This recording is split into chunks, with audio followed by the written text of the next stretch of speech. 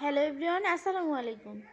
তোমরা যারা জানতে যে আমি বাসায় চলে যাব কিছুদিনের মধ্যে, তো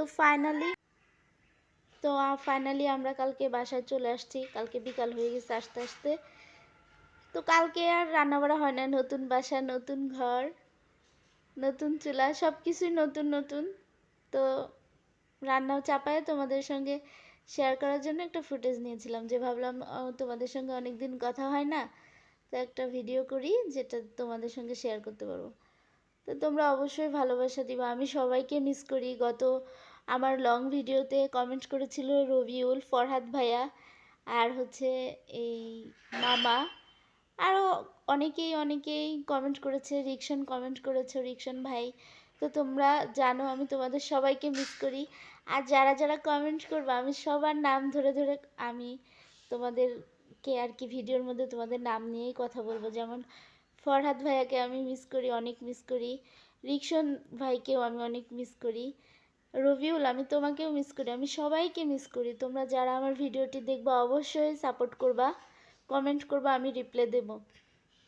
আর এটা হচ্ছে আমাদের নতুন বাসায় প্রথম রান্না। কালকে রাত্রে আমরা রান্না করছিলাম হচ্ছে রাইস কুকারে, অল্প একটু রান্না বাড়া করে খাওয়া দাওয়া হয়েছিল। তো আজকে এই প্রথম রান্না হচ্ছে। তো তোমরা সবাই বেড়াতে চলে আসো আমাদের বাসায়, একসঙ্গে বসে সবাই মিলে এখন আড্ডা দিব, খাবো দাবো, ঘুরবো।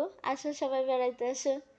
যাই হোক, এটা যদিও সম্ভব না আর কি বললাম আর কি।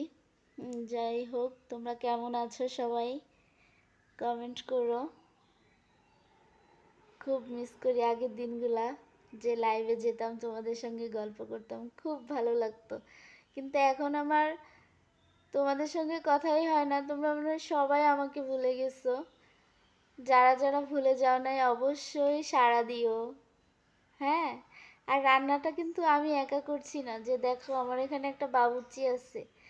বাবুর্চি আমাকে প্রচণ্ড হেল্প করেছে, বিরক্ত করেছে, সাহায্য করেছে। মানে বাবুর্চির কোনো তুলনা নাই। হ্যাঁ, তারপর ফাইনালি বাবুর্চির চোখের মধ্যে তেল ছিটে চলে যায়। বাবুর্চি কান্না করতে করতে আসে আমার কাছে। তো সেটার ফুটেজ নেওয়া হয় নাই। সে রান্না করছে, আমাকে হেল্প করছে। তো সে একা একা বিরক্ত হয়, এর জন্য আমার রান্নার কাজে আমাকে হেল্প করে। তো তার তো কাল জন্মদিন ছিল, তো তাকে তো জন্মদিনে কিছুই করে দেওয়া হয় নাই। তবুও তার বায়নার শেষ নাই। সে রাতের বেলায় কেক কাটবে। আম্মু বাবা আমার কেক এনে দাও, আমি কেক কাটবো। ঠিক আছে যাও। রাত্রে সে নিজেই গিয়েছে কেক আনতে, কেক আনছে, কেক একাই কাটছে, নিজে মন মতো বসে খাইছে। আচ্ছা, একা একা আর কি করবে, তো তোমাদের সঙ্গে কেকটা শেয়ার করি। দেখো, ও অল্প একটু খাইছে আর বাকিটা ওইভাবেই ধরা আছে। যদি বাড়িতে থাকতাম সবাই মিলে কেক কাটলে কত মজা হইতো, কিন্তু আমরা ওই দিনে চলে আসছি। তবুও বাড়িতে ছোট ছোট কেক কয়টা, 4টা না 5টা কিনে সবাইকে দিয়ে আসছে ও নিজেই। তার তো ডিম ছাড়া চলে না।